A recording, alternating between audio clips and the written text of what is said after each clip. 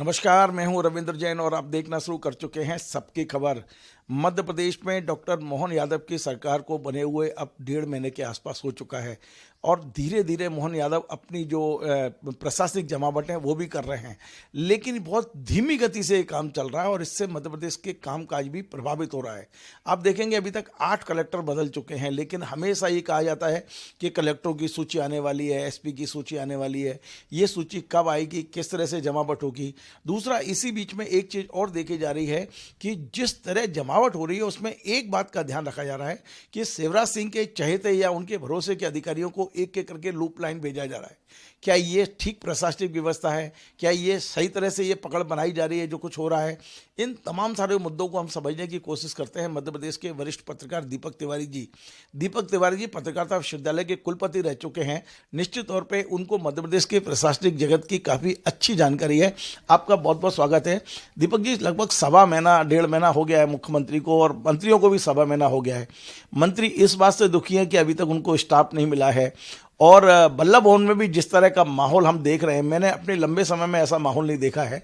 जब एक प्रशासनिक अराजकता जैसी स्थिति भी कई बार दिखती है कि अधिकारी की टांग खींच रहे हैं, तमाम तरह शिकायतें भी चल रही हैं। जिस तरह का एक माहौल है इस समय, क्या सोचते हैं आप इस मुद्दे पे और आपको क्या लगता है कि क्या होना चाहिए? निश्चित तौर पे मुख्यमंत्री नए हैं, अभी उनके पास अनुभव की कमी है, धीरे धीरे आएगा, लेकिन जो शुरुआत हुई है, जो टेक ऑफ हुआ है, उसे कैसा मानते हैं? देखिए रवीन जी, ऐसा माना जाता है कि जब भी कोई सरकार बदलती है, ठीक है, भारतीय जनता पार्टी की सरकार पीछे थी, वही सरकार भारतीय जनता पार्टी की ही कंटिन्यू कर रही है, पर जैसी हमारी व्यवस्था है उसमें चीफ मिनिस्टर उसका लीडर होता है। जो लीडर का काम होता है वो हमेशा एक विजन देने का होता है, कि वो एक दिशा देता है कि भाई अब मैं आया हूं और अब मैं ये चीजें चाहता हूं। पीछे जो चल रही थी उनसे सहमति असहमति अलग बात है, लेकिन मेरी दिशा ये है, मेरा रोड मैप ये है। रोड मैप बताने के बाद में फिर उसको पूरा करने का काम ब्यूरोक्रेसी करती है। ये मुझे बड़ा आश्चर्य लगता है कि जैसा आपने कहा कि 1.5 महीने हो गए और एक ऐसी सरकार मध्य प्रदेश में बनी है जिसमें पहली बार 2-2, 3-3 ऐसे मंत्री हैं या उस सरकार के हिस्से हैं जो केंद्र में मंत्री रहे हैं। प्रहलाद पटेल, नरेंद्र सिंह तोमर, भले वो विधानसभा अध्यक्ष हैं, कैलाश विजयवर्गीय, भले वो केंद्र में मंत्री नहीं रहे लेकिन वो राष्ट्रीय स्तर के अब नेता हैं। इसके बाद में फिर राजेंद्र शुक्ला जैसे मंत्री हैं, जगदीश देवड़ा, इतने अनुभवी लोग हैं, करण सिंह वर्मा जैसा मिनिस्टर है जो कि बहुत ईमानदार। तो इतना ताकतवर मंत्रिमंडल होने के बाद भी आज तक मध्य प्रदेश की दिशा स्पष्ट नहीं है। ये मुझे लगता है कि ये, चूंकि अब मीडिया वैसा मीडिया नहीं रहा जो लिखता था, अन्यथा अगर ये कांग्रेस की सरकार होती या कोई और होता तो अब तक ये कहते कि ये चल क्या रहा है। मध्य प्रदेश में 1.5 महीने से मंत्रियों के पास में उनके अपने निजी स्टाफ के लोग नहीं हैं, उनके स्टाफ को पदस्थ करने में नोटशीट इधर से उधर घूम रही है। और जैसा जो आपने जो शब्द आप कहते हैं कि केंद्र शासित प्रदेश, तो कल मुख्यमंत्री ने भी ये बात कही कि चूंकि नियुक्तियां ये सब दिल्ली से हो रही हैं, और मुझे तो ये तक पता चला कि मध्य प्रदेश में जो पूर्व मंत्री थे उनके जब घरों को खाली कराने और नए लोगों को देने की बात आई तो उसका भी निर्णय दिल्ली से हुआ। तो एक सीधी सी बात है, मेरा ऐसा मानना है और आपके दर्शक इससे सहमत होंगे कि जो लीडर होता है उसकी जिम्मेदारी है, उसकी रिस्पॉन्सिबिलिटी है। और चूंकि मध्य प्रदेश में जिसके नेतृत्व में चुनाव हुए वो शिवराज सिंह चौहान थे, तो शिवराज सिंह की पूरी जिम्मेदारी थी। अब जो नया नेतृत्व भारतीय जनता पार्टी ने दिया उसकी कोई जिम्मेदारी नहीं है, क्योंकि वोट उसने नहीं मांगे थे। ठीक है कि हम लोग जो लोकतांत्रिक व्यवस्था है, विधायक चुनते हैं, विधायक मुख्यमंत्री को चुनते हैं, लेकिन वैसा नहीं हुआ। और अब जैसा आप कह रहे हैं कि यदि पूरी सरकार का उद्देश्य शिवराज सिंह को प्रताड़ित करने का है, तो मुझे लगता है कि ये सरकार तो फिर पहले महीने से ही गलत ट्रैक पे चलना चालू हो गई। ठीक है, लोकसभा चुनाव। दीपक जी, मैं ये नहीं कह रहा हूं कि शिवराज जी को प्रताड़ित करने का है, लेकिन इतना तय है कि शिवराज जी के चहेते अधिकारियों को लूप लाइन भेजा जा रहा है। अब इसका कारण कई कारण और हो सकते हैं क्यों भेजा जा रहा है। शिवराज जी का व्यक्तिगत प्रताड़ना का मुद्दा मैंने कभी नहीं कहा। मैंने ये कहा है, जैसे हमने देखा नीरज वशिष्ठ को देख लीजिए, मनीष सिंह जो जनसंपर्क कमिश्नर थे उन्हें देख लीजिए, मनीष रस्तोगी 42 दिन तक बगैर काम के बैठे रहे, 42 दिन तक बाद एक ईमानदार अधिकारी। तो ये जो शिवराज जी के चहेते अधिकारियों को लूप लाइन भेजने का उद्देश्य आपको क्या लगता है, क्यों भेजे जा रहे हैं? मुझे नहीं लगता कि शिवराज सिंह का कोई अधिकारी चहेता हो सकता है। जिस दिन उस अधिकारी पर मुश्किल मुख्यमंत्री रहते हुए भी शिवराज सिंह के दौर में आई है, शिवराज सिंह ने तत्काल उस अधिकारी से पल्ला झाड़ा है। तो शिवराज सिंह का कोई चहेता होए ऐसा नहीं हो सकता, और शायद यही कारण है कि मध्य प्रदेश में इतना बड़ा परिवर्तन हुआ और एक व्यक्ति भी खड़ा नहीं हुआ जिसने ये कहा हो कि शिवराज सिंह के साथ में ये गलत हो रहा है, उनको अपमानित किया जा रहा है। अब रहा सवाल उन अधिकारियों को प्रताड़ित करने की, जहां तक बात है, तो मुझे लगता है कि इसके माध्यम से एक पॉलिटिकल मैसेजिंग की जा रही है। भारतीय जनता पार्टी का जो दिल्ली का जो ताकत केंद्र है, सत्ता केंद्र है, वहां के माध्यम से कि देखिए अब हम बिल्कुल नए निजाम में नए तरह से नए लोगों के लिए अवसर देना चाह रहे हैं।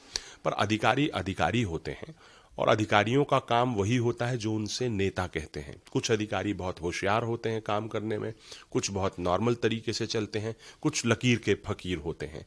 पर ऐसी स्थितियों में अधिकारियों को प्रताड़ित करने की परंपरा जो पहले भी रही है ये नहीं कह सकते, लेकिन इधर ये बहुत व्यक्त तौर पर दिख रहा है कि जो भी शिवराज सिंह के पिछले 3 वर्षों में जो भी उनके चहेते अधिकारी थे, उन सब के लिए कहीं ना कहीं टारगेट किया जा रहा है। फिर ऐसा टारगेट करने में मुझे लगता है कि सभी लोग खुश भी हो रहे हैं, चाहे पत्रकार हों, चाहे भारतीय जनता पार्टी के नेता हों, चाहे जो सत्ता प्रतिष्ठानों के इर्द गिर्द घूमने वाले लोग हैं, क्योंकि कुछ अधिकारियों ने जो शिवराज सिंह के थे कुछ अति भी उस समय की है।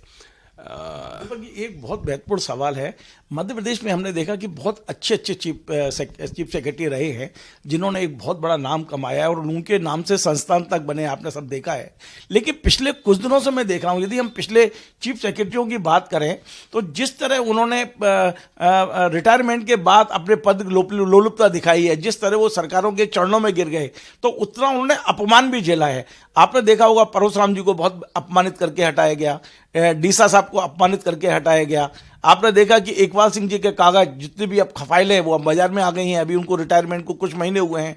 बीना राणा जो अभी पद पे बैठी हुई है, उनकी शिकायतें लोकायुक्त में पहुंच रही हैं। तो इसका क्या कारण है कि जो प्रशासनिक मुखिया है उसी की घेराबंदी अब होने लगी है और एक जो सम्मान हुआ करता था चीफ सेक्रेटरी सर का, वो हम खोते जा रहे हैं।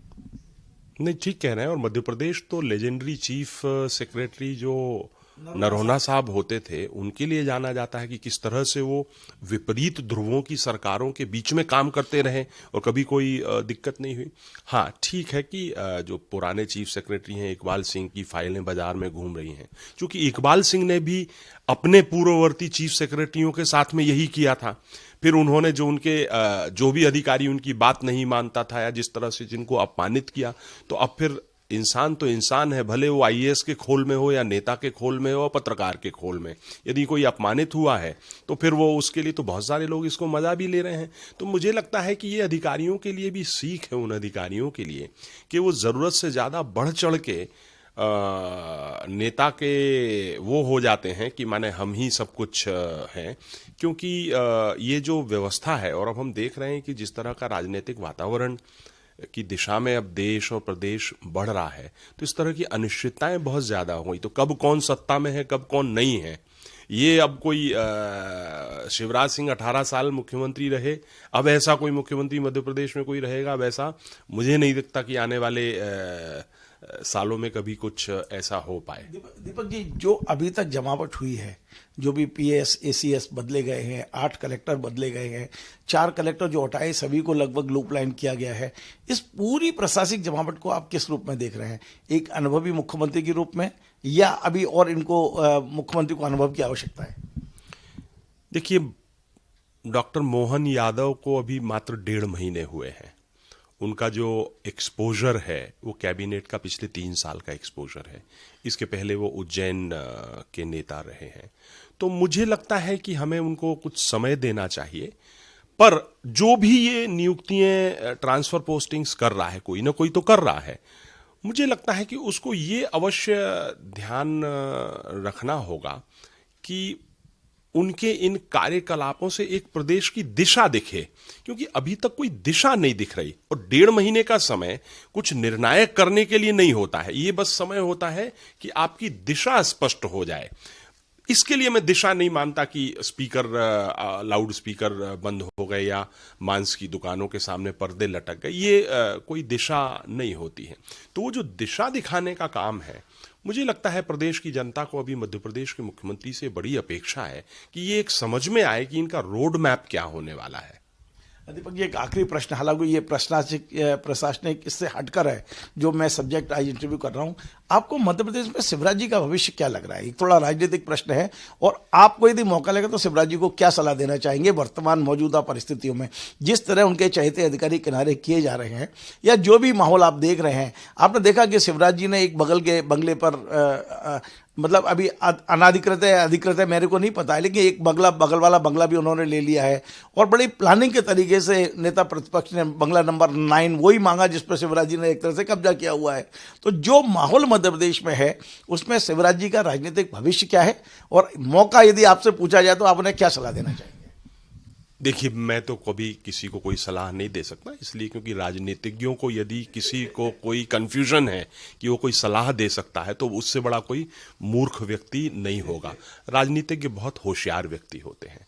शिवराज सिंह के लिए मैंने अपनी जो दूसरी पुस्तक थी मध्य प्रदेश के राजनीतिक इतिहास में, उसमें लिखा कि वो भारतीय जनता पार्टी की राजनीति के चाणक्य हैं। द्वारका प्रसाद मिश्र भारतीय राजनीति के असली चाणक्य माने गए हैं। बीच में अमित शाह के लिए कहा जाता था, पर मुझे लगता है कि नहीं, वो शिवराज सिंह है। जैसा शिवराज सिंह ने एक बार बीच में कहा था कि मैं फिनिक्स पक्षी हूं, राख से खड़ा हो जाऊंगा। तो शिवराज सिंह को कोई भी अंडर एस्टिमेट करे, ये उसकी बहुत बड़ी गलती होगी, क्योंकि शिवराज सिंह की जो ताकत है, शिवराज सिंह की जो ताकत है, वो किसी दूसरे नेता के पास में वो ताकतें नहीं है। शिवराज सिंह सबसे कमजोर तब हुए जब शिवराज सिंह ने अपनी शैली लगभग 2-3 साल पहले बदलने की कोशिश की, क्योंकि ये मानना पड़ेगा आपको, ये इसमें कोई दो मत नहीं है, क्योंकि यदि मध्य प्रदेश में भारतीय जनता पार्टी की विजय हुई है, अप्रत्याशित विजय हुई है, जिसके लिए कोई नहीं कह रहा था, तो उसके पीछे शिवराज सिंह ही हैं। आज भी लाडली बहना के लिए दिल्ली की सरकार ने सहमति नहीं दी है, पर ठीक है, उससे मध्य प्रदेश के बजट का क्या हुआ, मध्य प्रदेश के भविष्य का क्या होगा, ये अलग बात है। लेकिन अगर ये चुनाव कोई टर्निंग पॉइंट रहा है तो लाडली बहना है, तो वो शिवराज सिंह की अपनी स्कीम थी। तो शिवराज सिंह को कोई अंडर एस्टिमेट करने की कोशिश ना करे। तो शिवराज सिंह का जो मौन है, शिवराज सिंह जब बोलते हैं तो मुझे बड़ा असहज लगता है कि ये क्यों बोल रहे हैं, क्योंकि शिवराज सिंह का मौन सबसे ज्यादा खतरनाक होगा। चलिए, बहुत बहुत धन्यवाद। तो आप थे दीपक तिवारी जी, वरिष्ठ पत्रकार, पत्रकारिता विश्वविद्यालय के कुलपति भी रहे हैं, और इनका साफ कहना है कि 1.5 महीने 2 महीना करीब हो चुका है डॉक्टर मोहन यादव की सरकार को, लेकिन अभी तक सरकार की दिशा तय नहीं हुई है। डॉक्टर मोहन यादव को इस इंटरव्यू को सुनना चाहिए, और सरकार की दिशा तय करने के लिए जो भी आवश्यक कदम है वो उठाना चाहिए। और जो मध्य प्रदेश में प्रशासनिक जमावट है, उसे करने के पीछे भी जो भी वो कर रहा है, थोड़ा सोच समझ के करें। योग्य अधिकारी का यदि अधिक उपयोग करेंगे तो निश्चित तौर पर ये मध्य प्रदेश के हित में होगा। आपको हमारा कार्यक्रम पसंद है, वैसे शेयर करें, लाइक करें, कमेंट करें, और आपसे बार बार निवेदन है हमारे इस चैनल को सब्सक्राइब अवश्य करें। धन्यवाद।